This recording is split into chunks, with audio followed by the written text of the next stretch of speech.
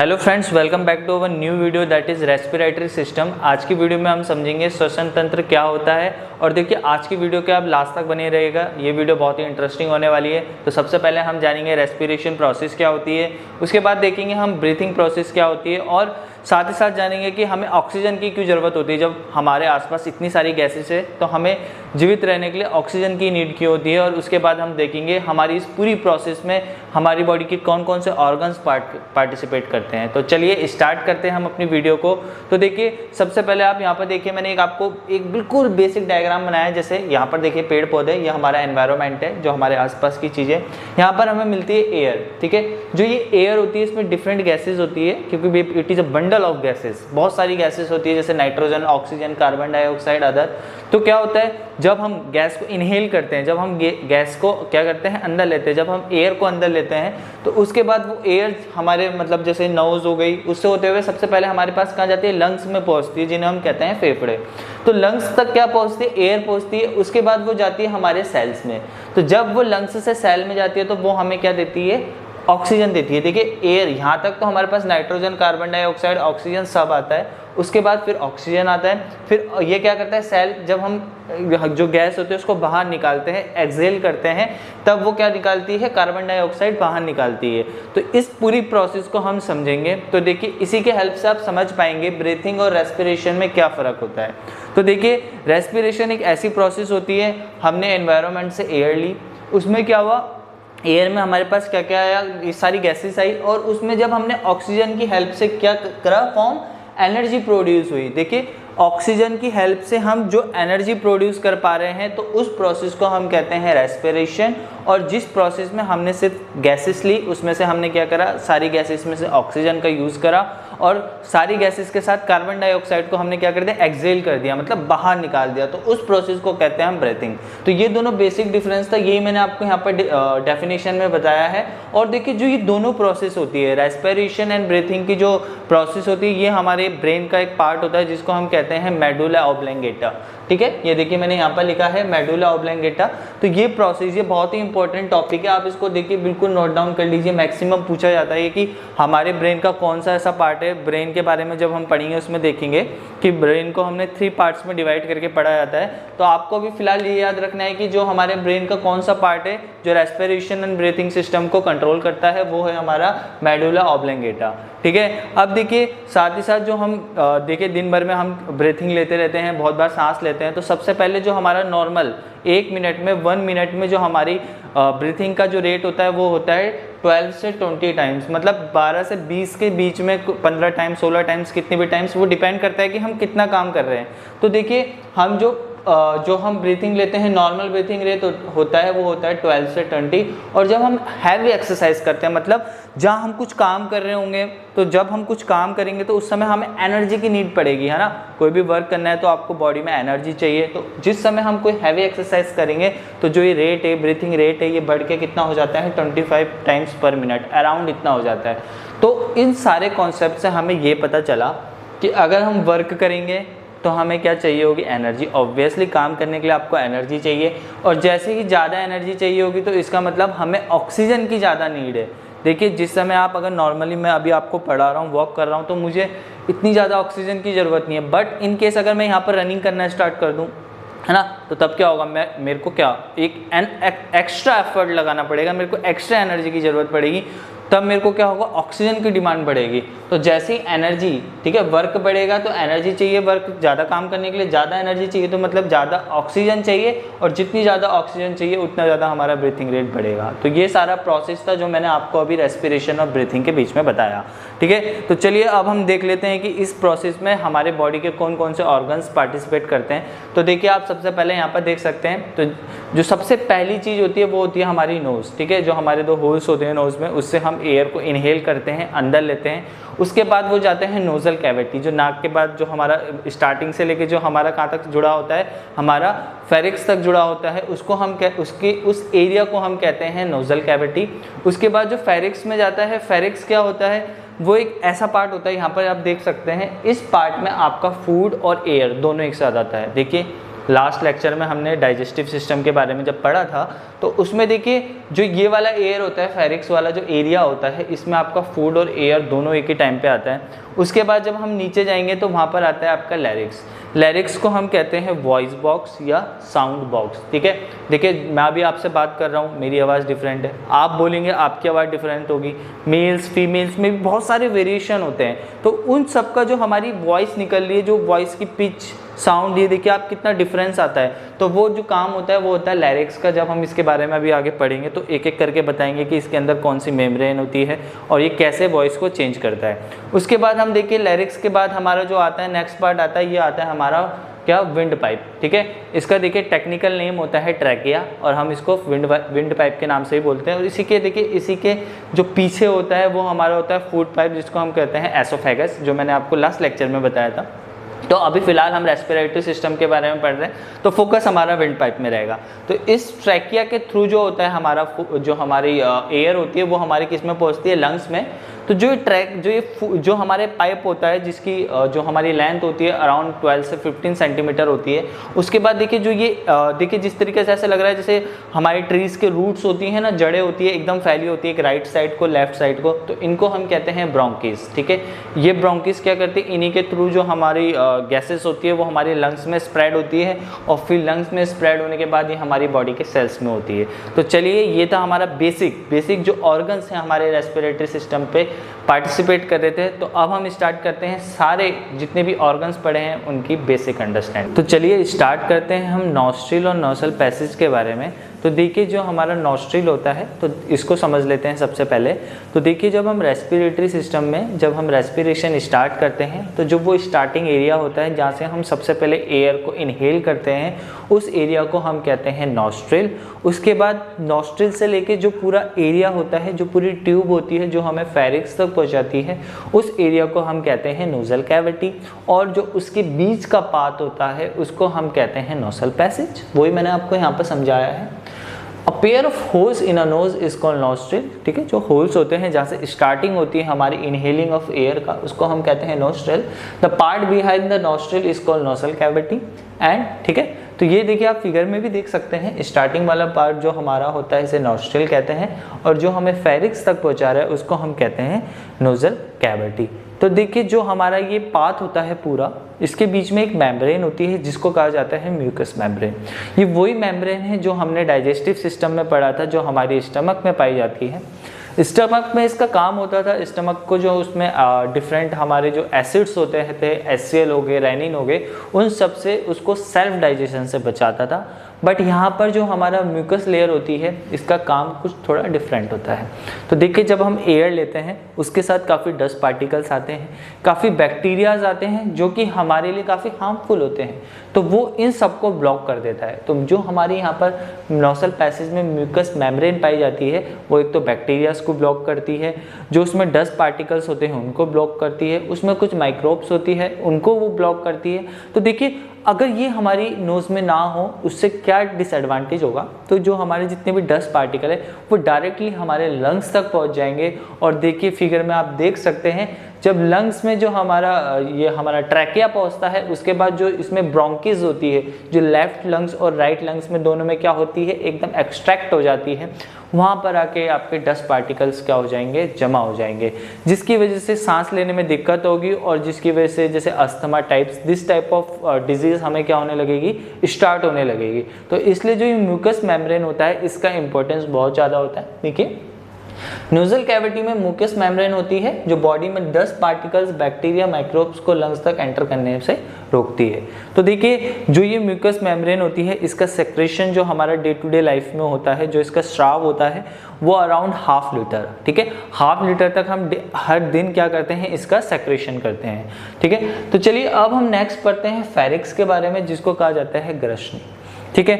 ये क्या होता है, तो ये पार्ट होता है फेरिक्स, ये हमें डाइजेस्टिव सिस्टम जो हमने एलिमेंट्री कैनाल के में पढ़ा था उसमें भी मिलेगा, और जो ये फेरिक्स होता है ये हमारा रेस्पिरेटरी सिस्टम में भी मिलता है। तो इसलिए जो ये होता है ये बोथ में कॉमन होता है, एलिमेंट्री में भी और रेस्पिरेटरी सिस्टम में भी।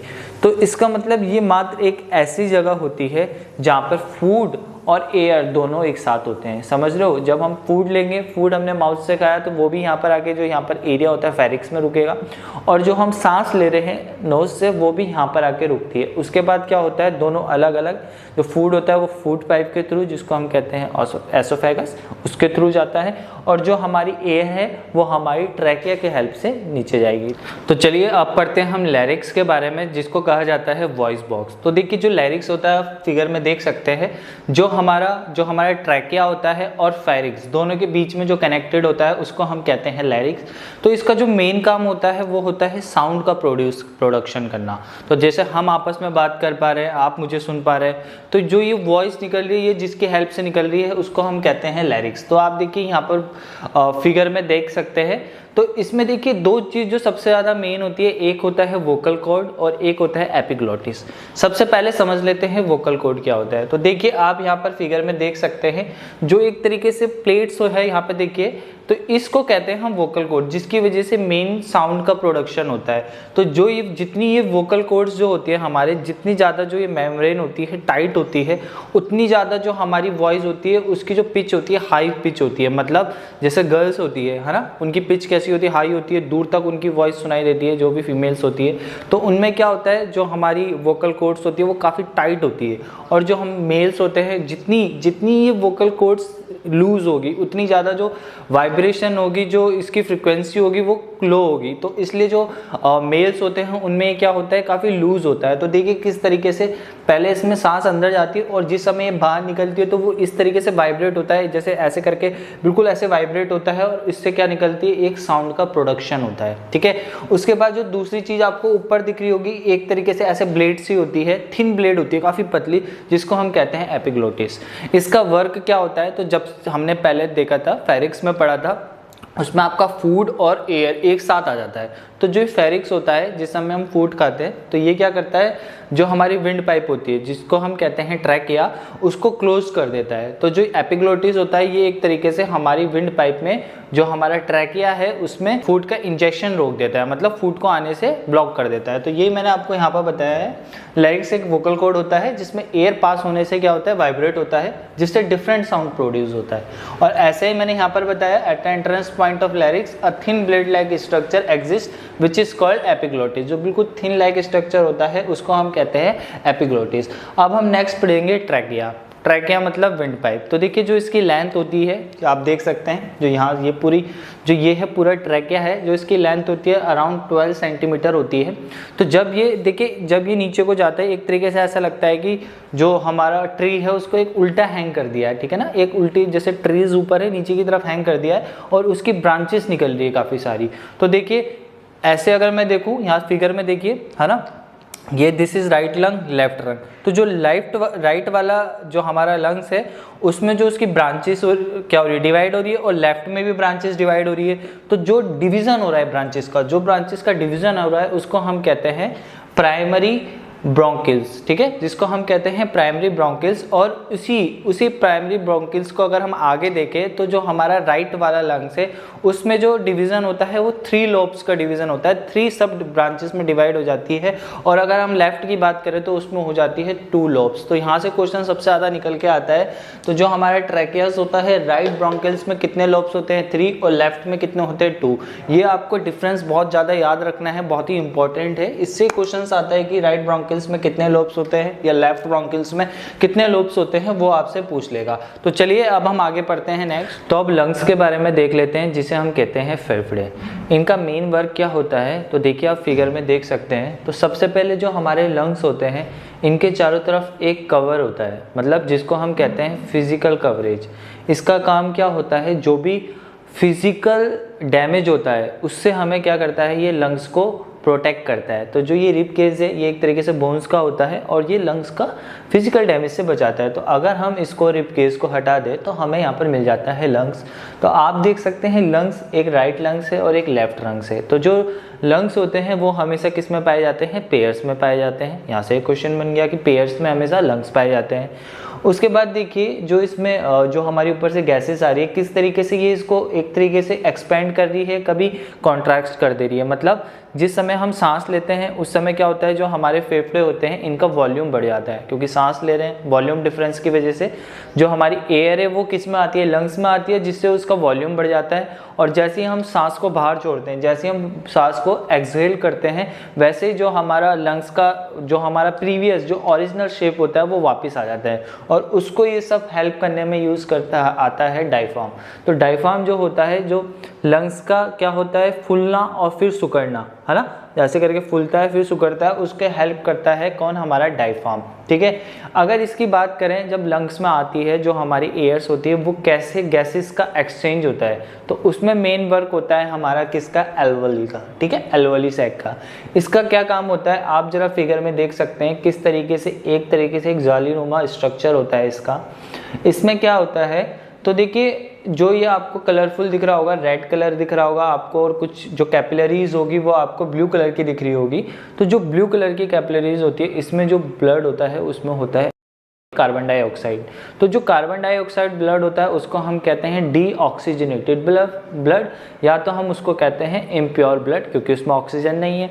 तो ये क्या होता है, जो भी हार्ट होता है, हार्ट से जो हमारा कार्बन डाइऑक्साइड वाला वो होता है ब्लड होता है, वो यहाँ तक आता है। उसके बाद ये यहाँ पर जो गैसेस का एक्सचेंज होता है, कैसे एक्सचेंज होता है, जो सेल होता है, जब भी हम आगे देखेंगे, सेल के अंदर हेमोग्लोबिन होता है, माइटोकॉन्ड्रिया होता है, और आपका साइटोप्लाज्म होता है, इन सब में गैसेस का एक्सचेंज होता है। तो यहाँ पर ये एक्सचेंज करके जो आपको यहाँ पर रेड कलर का दिख रहा है, जिसको वेन्स भी कहते हैं, ये क्या करता है, फिर यहाँ से जो प्योर ब्लड होता है उसको हार्ट के पास भेजता है, और हार्ट जो हमारा हृदय है वो क्या करता है, वो उसको काफ़ी तेज़ी से पंप आउट करता है, प्रेशर से फेंकता है, और वो हमारी बॉडी के हर पार्ट में चल जाता है with the help of sales.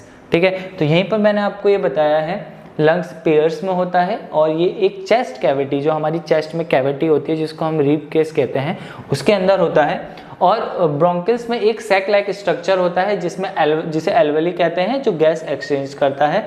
और जो ये प्रोसेस होती है एक्सपेंशन और कॉन्ट्रैक्शन का take place in lungs due to which the volume increase and decrease, जो मैंने आपको बताया। तो देखिए जो हमारे दोनों लंग्स होते हैं, इसमें जो राइट और लेफ्ट लंग्स होता है, उसमें जो लेफ्ट वाला लंग्स होता है उसका जो साइज होता है वो थोड़ा स्मॉल होता है as compare to right lungs. तो ये था हमारे जितने भी हमारे रेस्पिरेशन सिस्टम में जो भी हमारे ऑर्गन्स पार्ट ले रहे हैं उसके बारे में डिस्कस करा है। तो अब हम जो मेन रेस्पिरेशन कैसे होता है, इंटरनल रेस्पिरेशन कैसा होता है, एक्सटर्नल रेस्पिरेशन कैसा होता है, ये अब हम आगे बढ़ेंगे। अब हम रेस्पिरेटरी सिस्टम की प्रोसेस देखेंगे। तो हम इसको 3 पार्ट्स में डिवाइड कर रहे हैं। सबसे पहले हम देखेंगे एक्सटर्नल रेस्पिरेशन, उसके बाद देखेंगे हम ट्रांसपोर्शन ऑफ गैसेस, कैसे गैसेस का एक्सचेंज होता है, और थर्ड नंबर में हम देखेंगे इंटरनल रेस्पिरेशन, जिसको हम कहते हैं सेलुलर रेस्पिरेशन, जिसमें हम देखेंगे किस हेल्प से ऑक्सीजन जो हमारा फूड है उससे ग्लूकोज जो है उससे एनर्जी को प्रोड्यूस करता है। तो सबसे पहले हम अभी डिस्कस कर रहे हैं एक्सटर्नल रेस्पिरेशन के, और जिसको हम कहते हैं बाह्य श्वसन। तो देखिए इसमें क्या होता है, इसमें जो लिविंग बींग्स और एनवायरनमेंट होता है उसके बीच में जो ऑक्सीजन और कार्बन डाई का एक्सचेंज होता है वो आता है हमारा एक्सटर्नल रेस्पिरेशन में। ठीक है, exchange of CO2 and oxygen between the environment and living beings. तो इसको 2 पार्ट्स में डिवाइड किया है, एक है इंस्पायरेशन, सेकेंड है एक्सपायरेशन। तो दोनों में क्या होता है पहले समझ लेते हैं। जो हमारा इंस्पायरेशन होता है इसमें क्या होता है, जब हम एयर का अंदर लेना, मतलब इनहेलिंग ऑफ एयर, एयर का शरीर में आना, इसको हम कहते हैं इंस्पायरेशन। और जो हमारा एक्सपायरेशन होता है इसमें जो होता है जो हमने गैस ली है उसको जब हम बाहर छोड़ते हैं, मतलब एयर का शरीर से जाना, मतलब जो हम पहले हमने एयर इनहेल की है उसके बाद जो एयर को एक्सहेल करेंगे उसको हम कहते हैं एक्सपायरेशन। तो इन दोनों प्रोसेस में से जो मेन इंपॉर्टेंट चीज़ें जिस टाइप का क्वेश्चन आता है वो समझ लेते हैं। तो देखिए जब हम बाहर से एयर लेंगे तो एयर आपको पता है is a mixture of gases और अ बंडल ऑफ गैसेज, जिसमें बहुत सारी गैसेज मिक्सेस होती है। तो मेनली जो सबसे ज़्यादा गैस पाई जाती है हमारी एयर में तो वो होती है हमारी नाइट्रोजन, जिसका होती है 78.09%। उसके बाद सेकंड नंबर में पाई जाती है ऑक्सीजन, दैट इज़ 21%। और उसके बाद पाई जाती है कार्बन डाइऑक्साइड 0.04%, और बाकी का जो 0.01% है वो पाया जाता है हमारा अदर गैसेज। तो जब हम गैस को इनहेल करते हैं तो हमारे पास गैस में जो हमारे पास एयर होती है उसमें ये गैसेस का इतना मात्रा होती है, इतना अमाउंट होता है। बट जब हम गैस को बाहर निकालते हैं, मतलब जिस समय एक्सहेल करते हैं उसमें जो अमाउंट होता है नाइट्रोजन का अमाउंट देखिए यहाँ पर भी 78.089% है और यहाँ पर भी 0.09%। बट जो ऑक्सीजन की अगर हम मात्रा देखें तो जब हमने सांस अंदर ली थी तब था 21% और जब हम सांस को छोड़ते हैं तब होता है 17%। मीन्स जब हमने एयर ली थी तब तो 21% था, उसमें से हमने 4% ऑक्सीजन यूज कर ली फॉर प्रोडक्शन ऑफ एनर्जी। उसके बाद जब हमने कार्बन डाइऑक्साइड को हमने बाहर छोड़ा है तो पहले जब हमने लिया था तो 0.4 था और जब हम उसको बाहर छोड़े तो 4% हो जाता है। तो इससे हमें ये पता चल रहा है कि जैसे ही हम ऑक्सीजन जो भी हमारी एयर है उसको जब हम बाहर छोड़ रहे हैं तो ऑक्सीजन की मात्रा घट जा रही है और कार्बन डाइऑक्साइड की मात्रा बढ़ जा रही है। बट आप दोनों में नोटिस करेंगे तो जो नाइट्रोजन की मात्रा है वो दोनों में कांस्टेंट है। तो इसलिए यहाँ से क्या क्वेश्चन आता है कि जब हम सांस अंदर लेते हैं या जब सांस बाहर छोड़ते हैं तो पहला क्वेश्चन आएगा कि किस गैस की मात्रा कांस्टेंट रहती है, तो उसका आप आंसर दे देंगे नाइट्रोजन का। अगर पूछा जाए कि जब हमने गैस छोड़ी उस समय ऑक्सीजन की मात्रा कितनी होती है, तब आपको पता होना चाहिए 17%। कार्बन डाइऑक्साइड की पूछ सकता है, आपको पता होना चाहिए 4%। तो यहाँ से काफ़ी सारे क्वेश्चंस निकल के आते हैं। और जो ये पूरी प्रोसेस होती है तो ऑन अ सिंगल डे, एक दिन में ये पूरी प्रोसेस में अराउंड 400 मिलीलीटर जो वाटर ड्रॉपलेट होते हैं वो हमारी बॉडी से बाहर निकल जाते हैं। तो ये पूरी प्रोसेस में हमारी बॉडी से 400 मिलीलीटर वाटर जो होता है वो बाहर निकल जाता है। तो ये था हमारा एक्सटर्नल रेस्पिरेशन, मतलब जो बाहरी रेस्पिरेशन हो रहा है।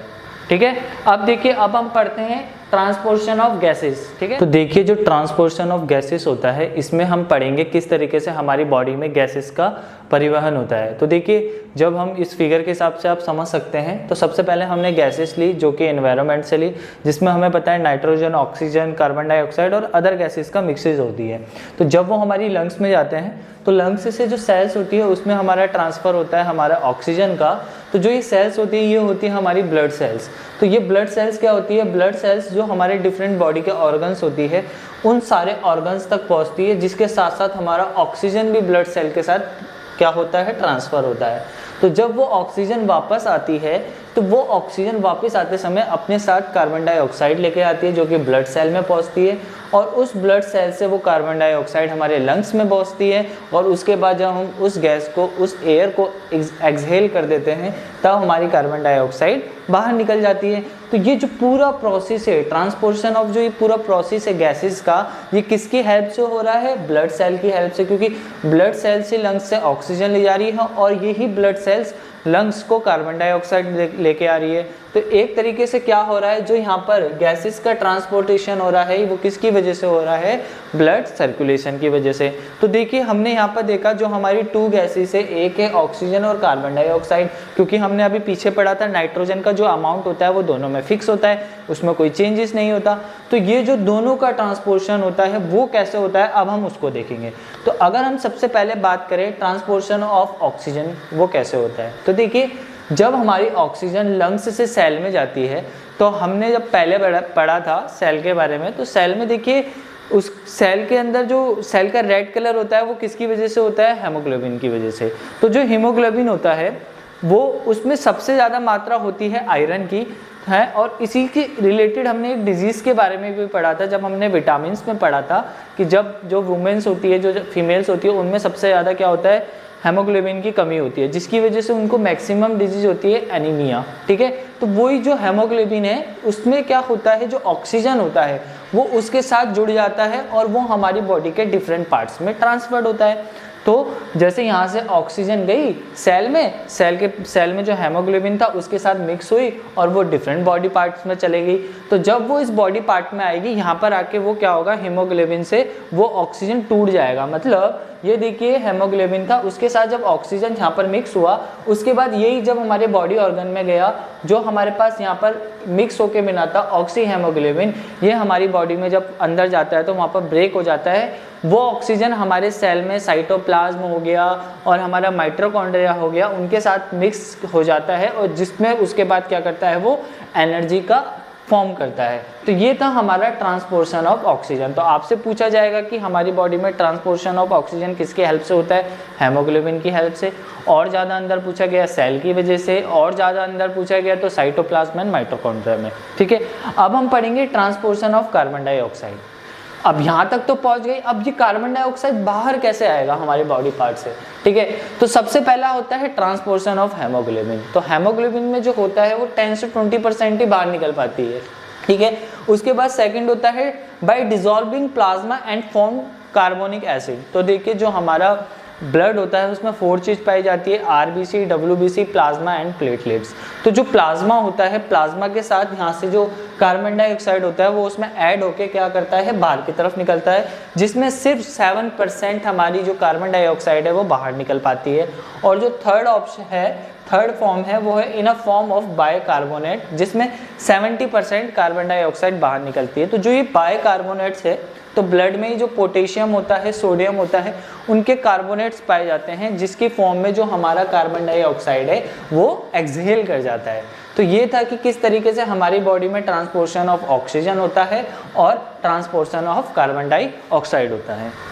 अब हम देखते हैं इंटरनल रेस्पिरेशन क्या होता है, जिसको हम कहते हैं सेलुलर रेस्पिरेशन। तो देखिए इसका नाम सेलुलर रेस्पिरेशन इसलिए रखा गया है कि जो इसमें रेस्पिरेशन प्रोसेस होती है वो सेल के अंदर जाके होती है। इससे पहले हमने देखा था जो हमारी ऑक्सीजन होती है वो ब्लड सेल से डिफरेंट ऑर्गन्स में पहुंचती है। तो देखिए जब ये हमारी जो ऑक्सीजन होती है वो ब्लड में पहुंचती है तो वहाँ जाके ऑक्सीजन का क्या हो जाता है, ऑक्सीडेशन हो जाता है, और वो जो हमारे पास ग्लूकोज होता है उसको तोड़ के हमें क्या मिल जाता है, एनर्जी मिल जाती है। तो जैसे हमारे पास ग्लूकोज था तो ऑक्सीजन जैसे ही उसके पास मिलता है जो कि हमारा ब्लड सेल से जाता है, तो उसके बाद क्या होता है, हमें मिलती है कार्बन डाइऑक्साइड, वाटर और एटीपी। एटीपी क्या होती है, एनर्जी करेंसी होती है, तो जिसका फुल फॉर्म होता है एडिनोसाइन ट्राइफॉस्फेट, और ये एक एनर्जी का फॉर्म होता है। तो आप देख सकते हैं जैसे ही ऑक्सीजन पहुंच रहा है with the help of blood cells, cell के अंदर जैसे ही पहुंच रहा है वहाँ पर जाके क्या हो रहा है, ये इसके साथ ऑक्सीडेशन प्रोसेस हो जा रही है और हमें आउटपुट में मिल जा रही है एनर्जी। तो ये था हमारा इंटरनल रेस्पिरेशन। तो देखिए जो इंटरनल रेस्पिरेशन है ये 2 टाइप्स के होते हैं, एक है एरोबिक रेस्पिरेशन, एक है एनारोबिक रेस्पिरेशन। दोनों में क्या है, एक में आपको ऑक्सीजन की हेल्प से होता है, एक में in the absence of oxygen. तो ये दोनों समझने से पहले हमें एक प्रोसेस समझनी पड़ेगी जिसको हम कहते हैं ग्लाइकोलिसिस। ठीक है, इसमें क्या होता है, ये जो प्रोसेस होती है ये इन दोनों पार्ट्स में होती है, मतलब एरोबिक और एनारोबिक में दोनों में ये प्रोसेस होगी। तो आपको समझ लीजिए कि ये इन दोनों का बेसिक है। तो ये प्रोसेस क्या होती है, तो जैसे हमारे पास यहाँ पर ग्लूकोज था, ग्लूकोज को हमने ऑक्सीडेशन हुआ, हमें आउटपुट में क्या मिली, एटीपी मिल गई, एनर्जी। तो ये प्रोसेस में क्या होता है, जब ग्लूकोज क्या होता है, ग्लूकोज के साथ ग्लाइकोलिसिस प्रोसेस होती है, तो इसमें हमें जो आउटपुट में मिलता है, एक तो मिलता है पायरुविक एसिड और उसके साथ मिलती है 2 एटीपी मॉलिक्यूल्स। मतलब अगर मैं एक ग्लूकोज के मॉलिक्यूल्स को रिएक्ट करवाता हूँ तो मुझे मिलनी चाहिए थी टोटल 4 एटीपी, बट उसमें क्या होता है, मुझे आउटपुट में सिर्फ 2 एटीपी मिलती है, और जो बाकी की 2 एटीपी है, मतलब जो मेरे पास 2 यूनिट है किसकी, एनर्जी की, वो क्या होती है, इस प्रोसेस में लॉस हो जाती है। तो एक तरीके से क्या है, ये तो लॉस ही है। भैया हमारा काम क्या है, हम चाहते हैं कि ऑक्सीजन से जितनी ज़्यादा हमें एनर्जी मिले उतनी ज़्यादा बेस्ट है हमारे लिए, बट यहाँ पर क्या हो रहा है, हमें 4 मॉलिक्यूल्स मिलने थे, उसमें से 2 तो इसी एनर्जी जो ये प्रोसेस थी इसी ने ले लिया। मतलब मैंने आपको बोला भैया जाओ 10 रुपये का सामान लेकर आओ, 20 रुपये दिए मैंने आपको, आपने 10 रुपये खा गए और 10 रुपये का सामान लिया है, तो लॉस तो मुझे 10 रुपये का हो गया ना। तो वही प्रोसेस यहाँ पर क्या हो रहा है, लॉस हो जा रहा है। तो ये था हमारा ग्लाइकोलिसिस। अब हम देखेंगे एरोबिक एंड एनारोबिक रेस्पिरेशन के बीच में क्या डिफरेंस है। तो चलिए अब हम डिफरेंस देख लेते हैं एरोबिक एंड एनारोबिक रेस्पिरेशन के बीच में क्या डिफरेंस होता है। तो देखिए जो इन दोनों के बीच में सबसे बेसिक डिफरेंस होता है और जो बहुत ही इंपॉर्टेंट है वो है जो एरोबिक रेस्पिरेशन होता है, इसमें हम ऑक्सीजन की हेल्प लेते हैं, मतलब इस रेस्पिरेशन प्रोसेस में ऑक्सीजन प्रेजेंट होता है। But in the case of anaerobic respiration इसमें जो हमारा ऑक्सीजन होता है वो अब्सेंट होता है। ठीक है, अब देखिए जो ये ऑक्सीजन है और जो ये रेस्पिरेशन प्रोसेस है ये कहाँ पर होती है, सेल में होती है। और सेल में वी नो दैट हमने उसके रिलेटेड एक वीडियो बनाई है, सेल में क्या कौन से ऑर्गेनेल्स पाए जाते हैं और क्या क्या उनका फंक्शन होता है। तो उसमें हमने देखा था जो हमारा साइटोप्लाज्म होता है और माइटोकॉन्ड्रिया होता है, इन दोनों जगह पे रेस्पिरेशन प्रोसेस होती है। तो जो ये एरोबिक रेस्पिरेशन होता है ये साइटोप्लाज्म में भी होता है और माइटोकॉन्ड्रिया में भी होता है। बट अगर हम एनारोबिक रेस्पिरेशन की बात करें तो ये सिर्फ साइटोप्लाज्म में पाया जाता है। उसके बाद क्या होता है, थर्ड पॉइंट में देखते हैं। तो जब रेस्पिरेशन प्रोसेस हो रही है तो उसमें ऑक्सीजन और ग्लूकोज का क्या हो रहा है, ऑक्सीडेशन हो रहा है, and then here we will get the output carbon dioxide, water and energy. But in the case of anaerobic respiration हमें यहाँ पर आउटपुट में वाटर एंड आपका कार्बन डाइऑक्साइड के साथ साथ हमें मिलता है एक इथाइल अल्कोहल, ठीक है। इसी की ये जो हमारी मसल्स होती है इसमें कई बार आप देखते हैं स्क्रैचेस पड़ जाते हैं, तो वो इसी की वजह से पड़ता है। जो हमारे मसल सेल्स होते हैं वहाँ पर ये काफ़ी बार पाई जाती है anaerobic respiration because due to the lack of oxygen. Okay, now the fourth point is it takes longer time to produce the energy. Obviously तो देखिए इसमें ऑक्सीजन तो प्रेजेंट होता है, तो ये पूरी प्रोसेस को करने में कुछ थोड़ा ज़्यादा टाइम लगाता है, बट जो इससे एनर्जी हमें मिलती है ना वो काफ़ी लार्ज अमाउंट में मिलती है। मतलब जो हमें एटीपी मिलती है वो काफ़ी ज़्यादा मिलती है as compare to anaerobic respiration. इसमें जो ये प्रोसेस होती है ये होती तो फास्ट प्रोसेस है, मतलब ये बहुत जल्दी रेस्पिरेशन प्रोसेस हो जाएगी एनएरोबिक रेस्पिरेशन, बट जो इसमें से हमें आउटपुट में एनर्जी मिलेगी, जो हमें एटीपी मिलेगी वो बहुत काफ़ी कम मिलेगी, मतलब 4 एटीपी, जैसे इसमें 36 to 38 एटीपी मिलती है, but in the case of this here we will get only 2 ATP और 3 एटीपी। ओके, उसके बाद देखिए it produce the small amount of energy. तो ये मेनली जो ये वाले रेस्पिरेशन होता है ये एनिमल्स हम पे या प्लांट्स में पाए जाते हैं। ये पाया जाता है ईस्ट में, देखिए ये बहुत ही इंपॉर्टेंट ईस्ट, देखिए ये किस में होता है, जैसे हम अल्कोहल होता है अल्कोहल, तो ये जो ईस्ट होती है ना इसमें जो प्रोसेस होती है उसको कहते हैं फ्रेगमेंटेशन। तो जैसे हमारी जो ब्रेड्स बनती है अल्कोहल बनता है तो वो इसी से बनता है। तो इसमें ये प्रोसेस इसमें होती है, बैक्टीरिया में होती है, ह्यूमन मस्कुलर सेल्स जो मैंने अभी आपको बताया कि ऑक्सीजन की हेल्प से क्या होता है लैक्टिक एसिड्स बन जाते हैं। तो ये था हमारा difference between the aerobic and anaerobic respiration. So अगर आपको वीडियो अच्छी लगी हो, यूजफुल लगी हो तो वीडियो को लाइक करें, दोस्तों के साथ शेयर ज़रूर करें, और अगर चैनल में नए हैं तो चैनल को सब्सक्राइब करना ना भूलें। Thank you.